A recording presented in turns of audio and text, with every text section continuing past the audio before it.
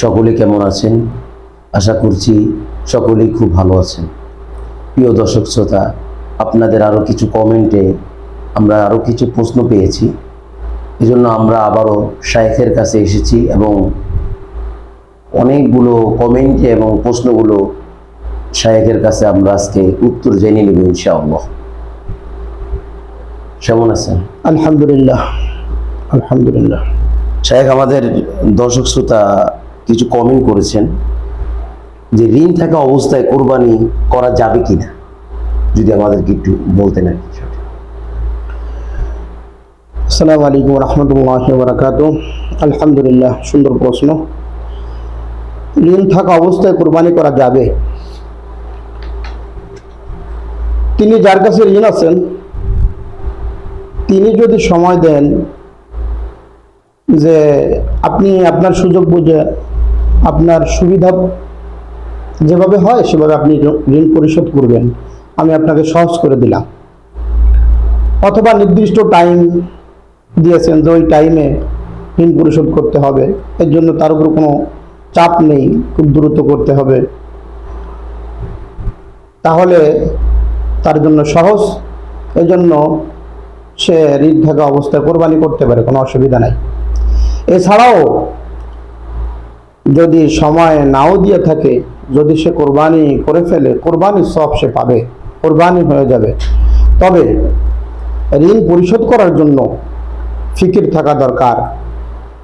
যদি চিন্তা করে যে আমি যদি এখন কোরবানি করি পরবর্তীতে সমস্যা হবে, আমি সম্পদের সংকটে পড়ে যাব, তাহলে কোরবানি না করে ঋণ পরিশোধ করার ফিকির করাটাই উত্তম। এভাবেই ফতোয়ার কিতাবে আসছে। তবে সার কথা হলো, যদি সে কোরবানি করে সে কোরবানির সওয়াব পাবে ইনশাআল্লাহ। বুঝতে পারছি। ওয়াজিব হয় কিনা যদি আমাদেরকে একটু। অবস্থায় তো কোরবানি ওয়াজিব হয়। আপনি ঋণ আছেন 60,000 টাকা, 70,000 অথবা 1 লক্ষ টাকা, আপনি মানুষের কাছে পাবেন লক্ষ লক্ষ টাকা। এছাড়াও সমস্ত ব্যবসায়ী যারা যত ব্যবসা করে, প্রত্যেক ব্যবসায়ী কিছু মাল আনেন, সে যেখান থেকে মাল আনেন তার কাছে দেখা যায় অনেক টাকা ঋণ হিসেবে পায়, আবার সে যাদের কাছে বিক্রি করে তাদের কাছে সে পায়। এরকম ভাবে থাকে, হিসাব করলে দেখা যায় যে কোনো সমস্যা নাই, কোরবানি ওয়াজিব হয়ে আরো বেশি আছে। অথবা দেখা গেল টাকা নেই কাছে, কোনো টাকাই নেই কাছে, কিন্তু দেখা যায় অনেক ব্যবসায়ী সম্পদ আছে তার কাছে, যে ঋণ দিয়েও তার কাছে অনেক টাকার মাল এমনি পড়ে আছে, এমনি পড়ে থাকবে। সুতরাং এর জন্য ঋণ থাকা অবস্থায় তো কোরবানি অবশ্যই ওয়াজিব হয়। এটা অসংখ্য মানুষের এই অবস্থা, কারণ কোনো ব্যবসায়ী ঋণ থেকে খালি নাই, সবাই মোটামুটি ভাবে ঋণ আছে।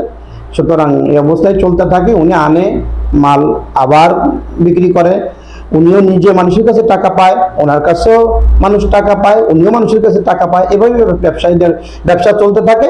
আর কোরবানি তো এইভাবেই তার উপর ওয়াজিব থাকে, কারণ লক্ষ লক্ষ টাকার কারবার চলতে থাকে। এই জন্য সবার উপরই ওয়াজিব আছে, অসুবিধা নেই।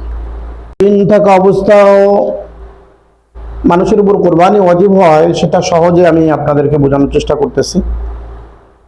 সে যে পরিমাণ ঋণ আছে, এই ঋণ দেওয়ার পরেও তার কাছে নিসাব পরিমাণ সম্পদ আছে, কোরবানি ওয়াজিব হওয়া পরিমাণ সম্পদ তার কাছে আছে, 52.5 তোলা রূপার মূল্য তার কাছে আছে, এবং তার থেকে বেশিও আছে। তাহলে তো খুব সহজেই এটা বোঝা যায় যে কোরবানি অবশ্যই তার উপর কি হয়, ঋণ থাকা অবস্থায় কোরবানি ওয়াজিব হয়।